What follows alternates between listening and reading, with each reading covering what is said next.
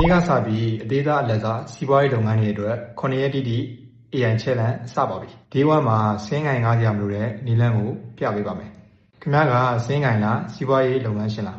ဝင်ငွေထွက်ငွေကိုရိုး Excel ထဲမှာပဲထည့်နေတော့လားဒါမှမဟုတ်စာအုပ်ထဲမှာမှတ်နေတော့လားဒါက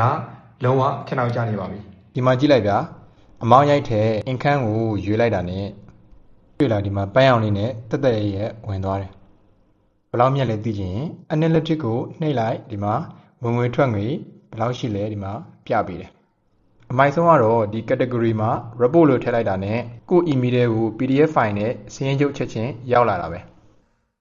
ဒါကိုကျွန်တော်ကိုရီတစ်ကြောင်းမှမရေးပဲ10မိနစ်အတွင်း AI ကိုခိုင်းပြီးဖန်တီးထားတာပါမိတ်ဆွေလည်းကိုယ့်လုပ်ငန်းအတွက်ဒီလိုအမျိုးအသုံးပြုတဲ့ဆိုရင်တော့ comment မှာအဲ့လိုရေးခဲ့ပါကျွန်တော်အသုံးပြုနည်းပြုလုပ်နည်းအစစ်အစစ် tutorial ကိုကျွန်တော်ပို့ပေးပါမယ်